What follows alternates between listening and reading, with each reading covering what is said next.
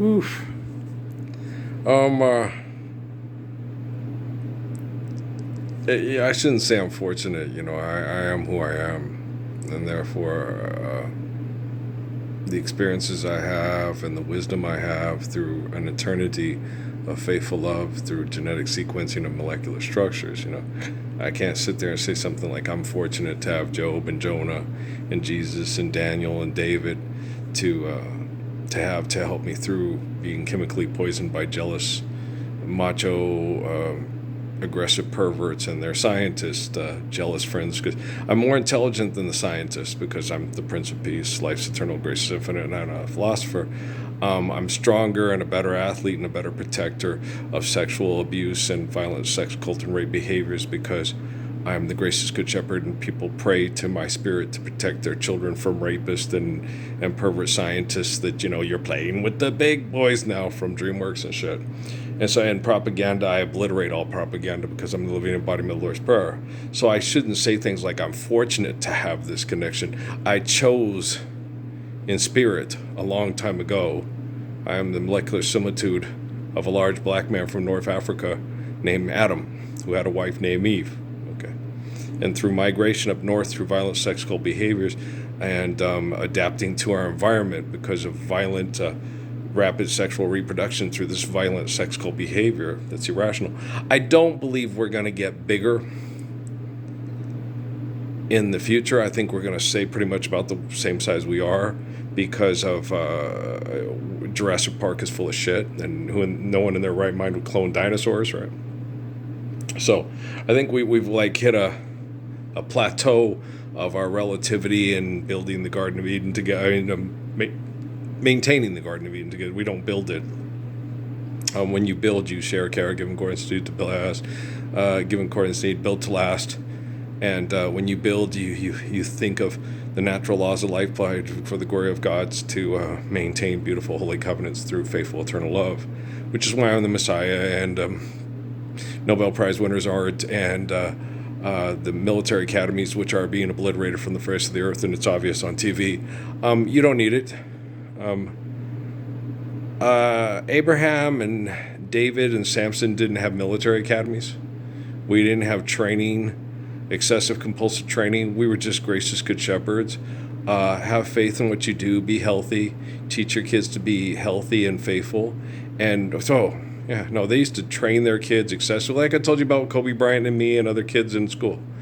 They could train all year and be excessive, but get up at 5 o'clock in the morning, train for hours, and they get out and he still jumps higher than me. Yeah, he's still faster than me. Yeah, he can still shoot better than me.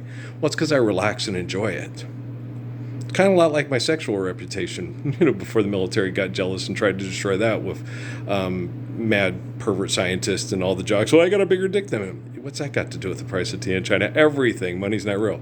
But yeah, so, no, completely average.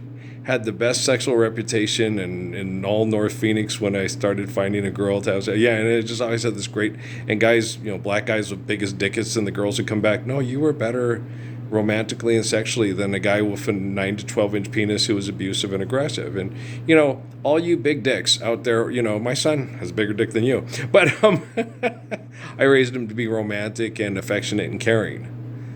And so, so I raised him to, John Denver, You Fill Up My Senses, and Annie's song and stuff. And so I raised my son to be as sensitive and beautiful of a lover. So if a woman likes a man who's well endowed and can enjoy a sexual relationship with him, she feels like she's got the best of all worlds. And it's like, well, you're welcome. I raised good kids. I had Patrick till he was 9. Then the military took him away and tortured him by the torture of his mother that the Pentagon used to, a bunch of Pentagon. Pentagon is a bunch of angry, jealous men that are dick measurers and a bunch of angry lesbians that are pissed off at men because they want a dick. That's pretty much the Pentagon in a nutshell. And if you can't handle that, we got all the scientific evidence collected, and it's on quantum computers that are plugged into the planet. Okay, so sod the hell off, you fucking perverts, right? Jesus tells me this time and again. He goes, they're getting exactly what they deserve. But I'm like, but Jesus, what about Emily? What about Kate? You do know Kate's dad is an asshole and should get up and say Earl is the Messiah, and I fucked his wife because a Navy SEAL talked me into it. when we were working with kids in lockup, and I wanted to try to steal his status like the assholes on Blood In, Blood Out. You get it, right? So everybody knows it. Everybody who's anybody who understands and has has anything to do with military intel or drug cartels or gangbangers or podcasters that think, okay, I'm a neuroscientist, I'm a Navy SEAL, I'm a Green Beret. You're a murdering turd bag that might as well be a hill. Science gave you that. You're the best love that science that money can buy in a scientific bag of dog food. A veterinarian's finest, right? We're going blue. Shut up. It's a shame because the one who says, how's my, the pet mom, the grandmama says, she's cute, man. I'm like, man, if she had half a lick of sense and could stand up for a Lord's Prayer, that might be the kind of girl that I would want to hang around with. The silver-haired mom on the blue dog food thing. I'm like, she cute. Too bad she's dumb as a box of rocks, right? You made me cry when you said goodbye. Ain't that a shame? And no, I'm good. I don't cry. I'm like Nona Hendrix. Why should I cry, baby, for you? Are you yearning? I'm not yearning and burning for everybody. I know I need healthy, affectionate, and sexual activity to healthily recover in the prostate from my chemical poisoning from all the perverts in the military and on TV and in propaganda and Hollywood and Bollywood and Stankwood and Funkwood, Fuck Street and Wall Street and Kung Street and Cuntalinga Street. And I know that, and that'll come. I used to think it was at her. I used to do the whole Stephen Bishop thing, Something's telling me it might be you, because I missed it so much and I wanted it from the time I was a little boy. And then they take it from you and take it from you and take it from you. And then you're like, I'm not going to become an angry, murdering, I'll kill you all and bring down Luke Strikes like that poor guy outside the Peter Piper in Sierra Vista that all the military sat and looked at him and walked by. And I'm like, you guys are cold cunts. You're worse than Guy Ritchie's imagination and Jason Statham's brain chemical addiction. You think you're Ethan Hunt? Seriously, we're going hunting pussy. Shut up, Anger Popeye. There's no bitch in heat. We're all living the Lord's Prayer, right?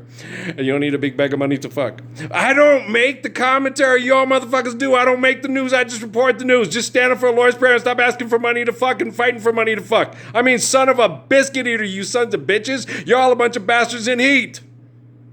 You're not dogs. You're not Hamburger and Popeye. Dum, dum, da-dum, dum, da-dum, dum, da-dum. Stop putting on a show for money and act like a bitch. Sorry, don't mean to insult Luna. She was a good dog. Yeah, she was. She was so cute. She was a good dog. I know she killed Josie. Her and Charlie killed Josie. She couldn't have killed Josie all by herself. No, she needed dumbass Charlie to do it. There's no way in hell that blind dog could have killed that coon cat. Not without old dumbass Charlie's help. It was literally Yoshi killed herself. All Yoshi had to do was go inside the cat room with the other cat. And Peter told me about it. I was like, yeah, I understand, but I'm not that type of a person. Discretion is the better part of valor. There's 2 dogs in the house. Just go in the cat room with the other cat, and you won't have to take on the 2 dogs. You can't beat 2 dogs. Shit, what this is like that old Bob Cummins. Bob Cummins did it. He always used to call me 2 dogs. Because remember I told him that joke that's on Silkwood? With the shaman that names all the kids in the village. He says, shaman, how do you name all the children in the village? He goes, well, on the night of their birth, I go through the village and I what's happening there? There's falling leaves, falling snow, autumn moon, stalking wolf. Why do you want to know 2 dogs fucking? It's funny. Okay. Bob always used to sit there and goes, 2 dogs. He used to call me 2 dogs. I was like, hey, you're just mad because nobody was getting busy on the night of your birth, right? I handle things real well. My name is Ralph Earl Parsons Jr., man. My first mother-in-law used to call me a double barfer. I said, yes, ma'am. You know it, Mom. Hell, there's more dumbasses getting drunk than there is making love saying, oh, God, I'm your porcelain God. She's like, oh. So I've been named Ralph Earl Parsons Jr. my whole life, Mom. I'm better than Marshall Mathers.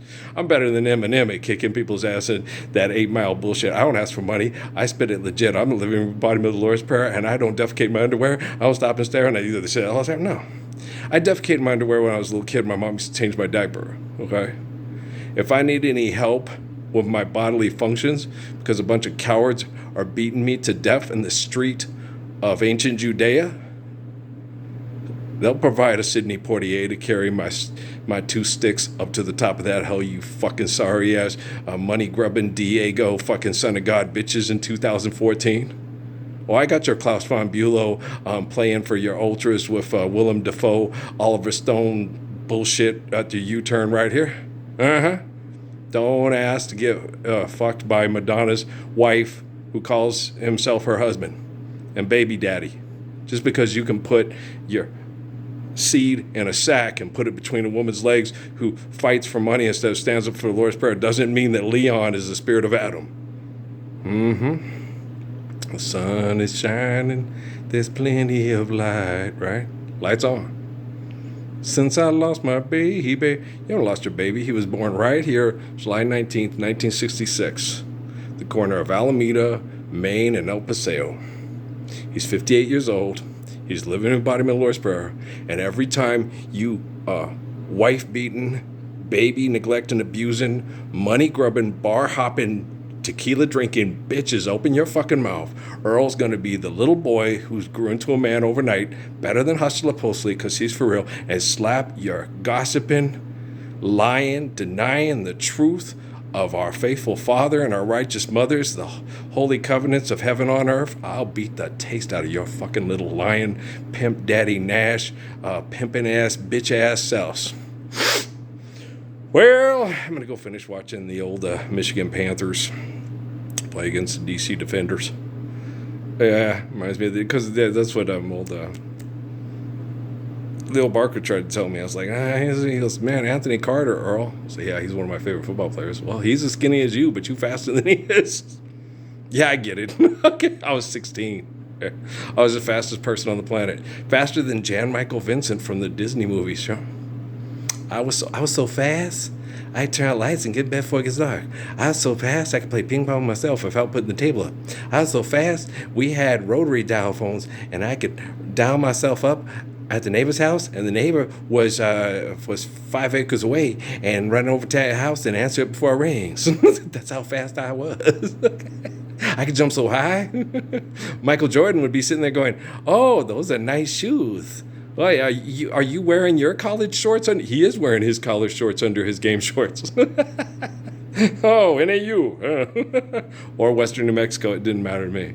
It didn't matter to me where I played, just as long as I got to play and it wasn't arranged by a bunch of perverts who were spying in my house and sexually abused my family of economics. Take your quorum and park the 12 over there. No 13 in your neighborhood. I am the first, your last, your everything. I like Barry White too. Okay, guys, peace.